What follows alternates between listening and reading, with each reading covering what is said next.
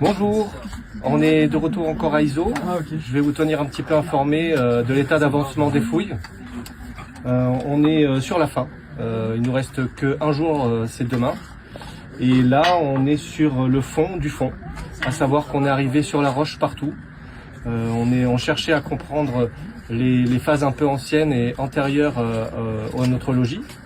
On a eu pas mal de remblais, pas mal de choses avec du mobilier, notamment de la céramique qui était très différente de ce qu'on avait auparavant, donc qui est plus récent. Là, on a des choses plus anciennes, donc c'est très intéressant.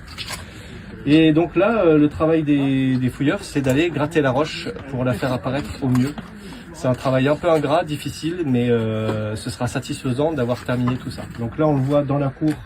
Donc on a vraiment le sondage avec la roche mère qui est vraiment dans tous les sens, avec ses fissures, l'eau qui a érodé.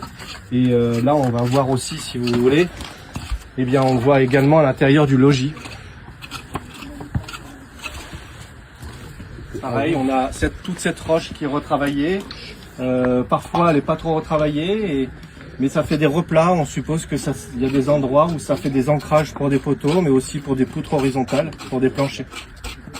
Et on a aussi en contrebas, plus bas, retrouvé beaucoup dans la démolition du château, beaucoup de niveaux de graines. Donc avec des graines très très variées. Là, on va les donner à un carpologue, celui qui va étudier toutes les variétés de graines que l'on retrouve. Et si on en voit une, il y en a des centaines qui peuvent apparaître, notamment des graines qui sont très petites, telles les graines de millet qu'on avait identifiées déjà 2 ans auparavant, où on en avait eu plus de 10 000. Donc c'est tellement petit qu'à l'œil nu on les voit pas. Donc vous voyez, on a des résultats qui sont très intéressants et la suite demain. Merci à vous, au revoir.